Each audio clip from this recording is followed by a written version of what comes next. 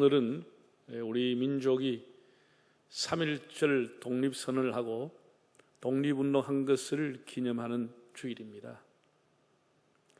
민족과 함께 고난을 당하면서도 독립운동에 앞장섰던 우리 믿음의 선진들을 기억하고 그 본을 따라가는 그런 것을 결심하는 주일입니다. 지금 코로나19 때문에 국민들의 일상이 깨어지고 사람 만나기가 겁이 나고 예배마저 예배당에 들어지지 못하는 천재지변 같은 큰 혼란이 우리 삶을 흔들고 있습니다. 출애굽을 앞두고 이스라엘 백성에게 하나님께서 양의 피를 문설주에 바른 집에는 장자의 재앙이 패스오버하는 은혜가 있었는데 그리스도의 보혈의 은혜로 모든 성도님들 가정이 패스오버되는 은혜가 있기를 바랍니다. 제가 어렸을 때는 이웃 동네로 갈 때 큰 길이 아니라 산 밑으로 돌아가는 지름길이 하나 있었거든요. 지름길로 가면 빠르긴 한데 제가 그 길로 거의 가지 못했습니다. 왜냐하면 그 지름길로 가는 중간에 산 밑에 곶집이라고 하는 사람이 죽으면 메고 나가는 상여를 보관한 창고가 있었습니다. 왠지 머리끝이 서고 그 앞을 지나가려고 하면 누가 확 나를 잡아 당길 것 같고 또 어렸을 때 들었던 귀신이 나올 것 같기도 하고 그래서 같이 가는 어른이 있거나 아니면 친구들이 여럿이 있으면 몰라도 혼자서는 그 길로 가지를 못했습니다. 그 길이 무섭죠. 사람들이 밤에 심부름 가거나 밤에 혼자 어디에 가면은 다 무서워합니다. 깜깜한 밤길에 누굴 만날지 모르니까 어디에서 뭐가 튀어나올지 모르니까 밤길이 다 어두운 것이죠. 다 겁나는 것이죠. 예. 우리 살아가는 세상이 밤길처럼 두려운 겁니다. 그냥 길가에서 가스가 폭발하기도 하고 자동차가 지나가는데 땅이 꺼지기도 하고 사람이 지나가는데 위에서 건물에서 무슨 간판이 떨어지기도 하고 전혀 안면도 없는 사람이 나타나서 난동을 부린다든지 이런 여러 가지 일들을 보면서 사람들은 차를 타든지 지하철을 타든지 비행기를 타도 다 두려워하는 겁니다. 안전이 보장되지 않는 삶을 우리가 살아가는 겁니다. 우리 인생은 밤길이다. 캄캄한 밤길을 가고 있다. 이렇게 표현할 수 있습니다. 사람들은 그런 밤을 칠흑이라고 말합니다. 오칠자, 검을 흑자. 옷을 가지고 검게 칠해놓은 것과 같이 캄캄한 검은 오칠과 같은 세상을 살아간다. 이렇게 얘기할 수 있습니다. 코로나19라고 하는 바이러스가 온 세상을 덮었습니다. 예. 이미 30개국 이상이 퍼졌습니다. 사람들이 겁나는 게 뭐죠? 증상이 없는 무증상자, 이 잠복기라고 하는 것. 내가 만난 이 사람이 바이러스를 보균자인지 누가 알 수 있겠습니까? 내가 갔던 길이 확진자의 동선과 같은 길인지를 누가 알겠습니까? 이러니까 다 두려워하는 것입니다. 그리고 이것이 언제 끝날지 모르니까 사람들은 다 힘들어하고 심지어 예배조차 사람이 많이 모여서 찬양을 하고 기도를 하고 사람이 서로 부딪히다 보면은 혹시나 그 중에 한 사람이라도 바이러스를 품고 있었다고 하면 온 교회에 전염 가능성이 있어서 지금 교회에서 예배를 드리지 못하고 가정에서 영상을 통해서 예배를 드리게 된 겁니다. 사람들은 그렇게 얘기합니다. 주일 예배를 중지하거나 쉬면 되느냐? 인터넷이나 영상으로 보는 것도 예배냐? 이렇게 얘기하는 분도 있습니다. 다 일리는 있습니다.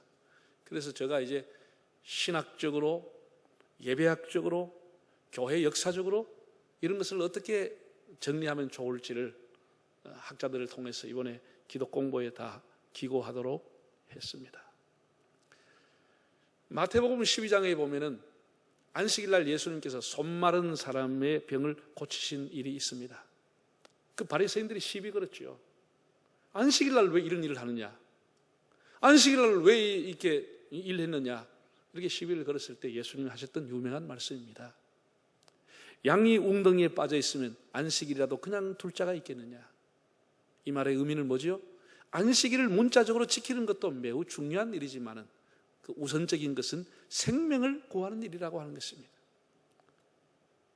생명을 구하는 것. 지금 이 전염병이라고 하는 것이 사람의 호흡을 통해서, 침을 통해서, 대화를 통해서, 음식을 먹으면서 전달될 수 있다고 하는 것. 그러면 사람들이 자가격리를 된다든지 심한 또 고열이 올 수 있고 심지어 생명까지 잃을 수 있다고 하는 것 때문에 우리가 생명과 안전을 보장하기 위해 가지고 이렇게 가정에서 영상 예배를 드리게 되는 겁니다. 뿐 아니라 우리 교회에서 만약에 확진자가 나왔다고 하면 우리 주변의 주민들에게, 이웃에게 얼마나 우리가 불편을 제공하게 되겠습니까? 우리가 이웃을 사랑하고 이웃을 배려한다는 차원도 여기에는 포함이 되어 있습니다. 본문을 보면은 인생길이 참 위태하구나라고 하는 것을 알게 됩니다. 바울이 로마 황제의 재판을 받기 위해서 이탈리아로 가게 되는데 가이사랴에서 출발해서 알렉산드리아호로 갈아타고 계속 지중해를 항해해서 미항이라고 하는 곳에 정박하게 됩니다. 이름은 미항이었지만 그 섬은 좁고 재미난 것도 없고 몇 달 동안 거기서 보낸다는 것이 지루해서 선주와 선장과 배 책임자인 백부장이 의논해서 조금 떨어져 있는 베닉스라고 하는 곳에 가서 겨울을 보내기로 하고 출항하려고 했습니다. 바울은 전도 여행을 여러 차례 했고 그때마다 배를 타고 이동했기 때문에 겨울 바다 날씨가 얼마나 불안한지를 알고 있었습니다. 얼마나 기복이 심한지를 알고 있었습니다. 그래서 바울이 이렇게 권했습니다. 이 섬이 좀 불편하지만 그래도 여기에서 겨울을 보내고 출항하는 게 좋겠습니다 라는 건의를 했지만 그 건의는 이런 지하에 묵살을 당하고 배는 베닉스를 향하게 됐습니다. 처음에는 순풍에 돛단 듯이 잘 나갔지만 바다 한가운데 전혀 예상하지 못했던 유로글로라고 하는 태풍을 만나게 됐습니다. 얼마나 바람이 센지 바람이 부는 대로 배가 움직이면서 방향을 잃어버렸습니다. 사공들이 다 짐을 바다에 던지고 사람들은 배멀미를 하게 되고 여러 날 방향을 잃고 기진맥진 사경을 헤매게 됐습니다. 모두가 죽을 맛이었습니다. 그야말로 생사의 기로에 불안에 쌓이게 된 겁니다. 다 절망하고 절규했습니다. 276명이라고 하는 사람이 그 배를 타고 있었는데 딱 한 사람, 바울 한 사람만이 평정을 유지하고 절망 중에서도 소망을 갖고 있었습니다. 하나님과 동행하는 사람을 우린 여기에서 보게 됩니다. 하나님과 동행하는 사람, 예수님과 동행하는 사람, 딱 한 사람 바울만은 마음의 평안을 갖게 된 것입니다. 오늘 본문 22절에서 25절까지를 다시 우리 화면을 통해서 읽어보겠습니다. 내가 너희를 권하노니 이제는 안심하라. 너희 중 아무도 생명에는 아무런 손상이 없겠고 오직 배뿐이리라. 내가 속한 바 곧 내가 섬기는 하나님의 사자가 어젯밤에 내 곁에 서서 말하되 바울아 두려워하지 말라. 네가 가이사 앞에 서야 하겠고 또 하나님께서 너와 함께 항의하는 자를 다 네게 주셨다 하였으니 그러므로 여러분이여 안심하라. 나는 내게 말씀하신 그대로 되리라고 하나님을 믿노라. 참 놀라운 말씀입니다. 바울은 다 불안에 떨고 있는 그 배의 선장을 비롯해서 백부장과 모든 그 선원과 승객들에게 여러분 안심하십시오. 용기를 내십시오. 여러분 목숨은 잃지 않습니다. 내가 섬기는 하나님이 염려하지 말라고 말씀을 했습니다. 나는 그 하나님 말씀이 그대로 되리라고 믿습니다. 정말 너무나 감격스러운 신앙입니다. 사랑하는 여러분, 우리 인간에게 주어진 최고의 복이 뭐지요? 우리가 음식을 먹을 때 오늘 점심을 뭘 먹을까? 이런 생각을 합니다. 어린 아이들은 뭐 아빠 피자 사줘, 뭐 아빠 핫도그 사줘, 맥도날드 사줘, 통닭 사줘 그러겠죠.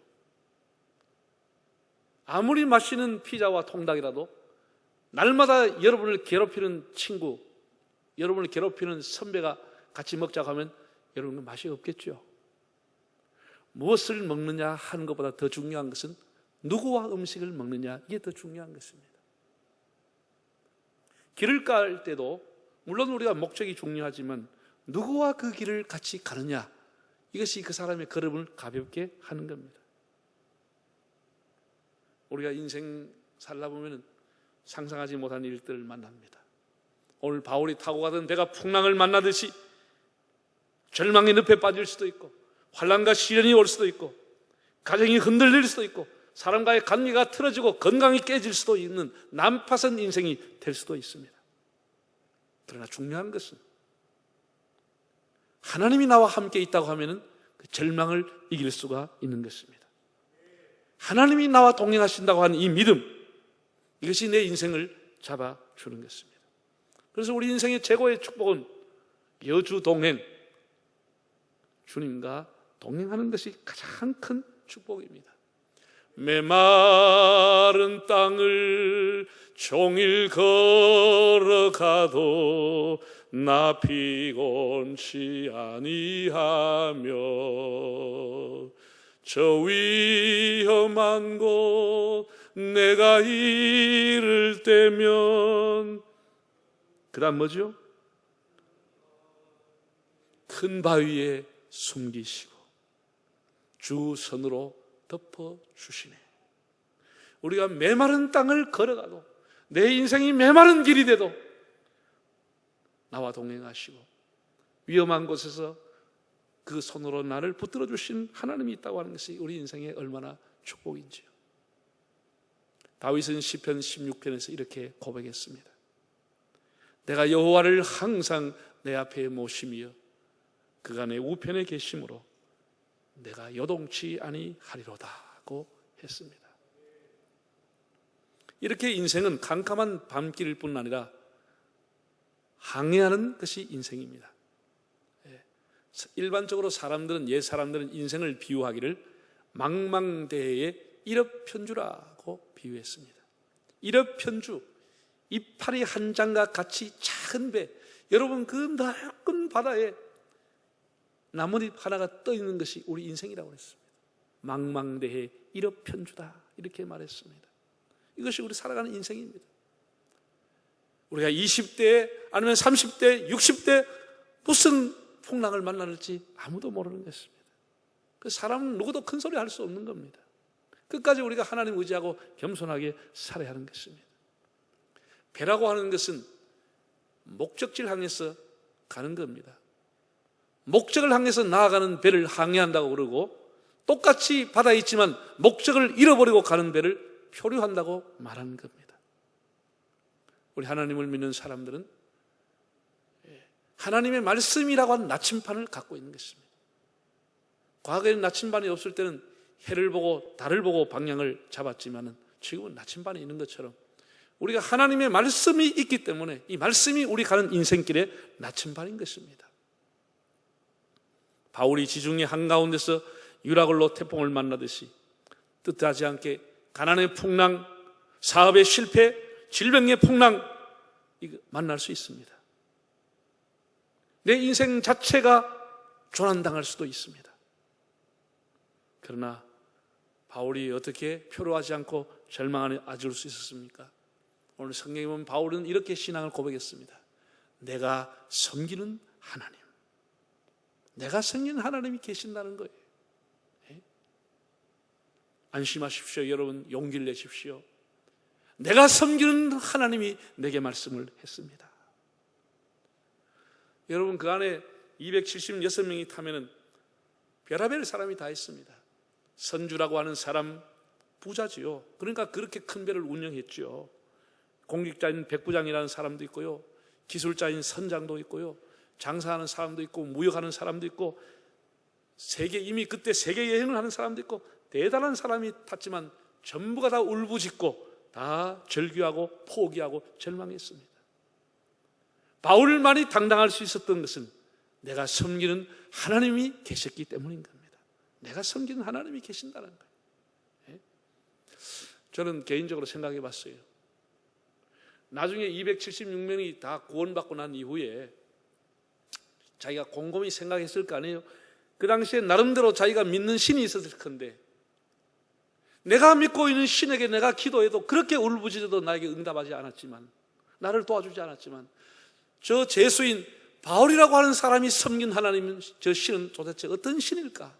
이런 생각을 다 궁금해하지 않았겠습니까?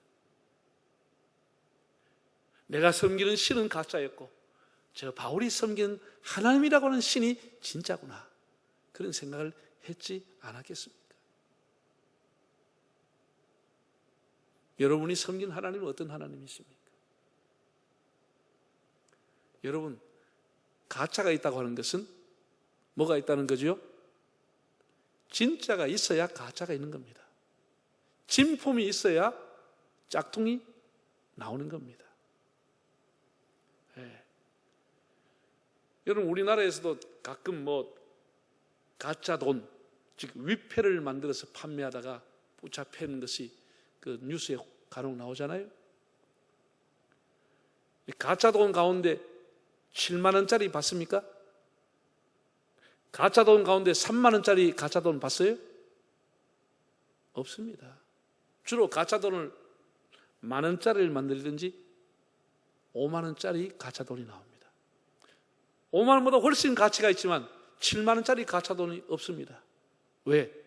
7만 원이라는 진짜 돈이 없기 때문에 가짜도 만들어낼 수가 없는 겁니다. 5만 원짜리라는 진짜 돈이 있기 때문에 5만 원짜리 가짜 지폐를 만들 수 있는 겁니다. 왜 이단이 이렇게 혹세무민하죠? 왜 사이비 이단들이 기존 교인들의 영혼을 뺏어가지요? 진짜 하나님이 있기 때문에, 진짜 교회가 있고 진짜 목사가 있고 진짜 하나님 말씀이 있기 때문에 가짜들이 판을 치고 있는 겁니다. 여러분, 우리가 섬기고 있는 하나님은 진짜인 줄로 믿습니다. 바울은 나는 하나님을 믿노라. 더 놀라운 것은 나는 하나님이 내게 말씀하신 그대로 되릴 것을 믿노라고 했습니다. 우리가 하나님 말씀을 100% 다 행하지를 못한다 할지라도 하나님 말씀은 그대로 이루어진다고 하는 사실을 믿는 것이 믿음인 것입니다. 저는 과거에 목사가 처음 됐을 때는, 또 청년 시절 교회 신앙생활 할 때는 하나님의 말씀이 진리이기 때문에 그건 진리라고 믿어야 된다고 가르쳤습니다. 지금은 그렇지 않습니다. 제가 살아보니까 진리라고 하는 것이 확정되었기 때문에 하나님의 말씀을 진리로 믿게 된 것입니다.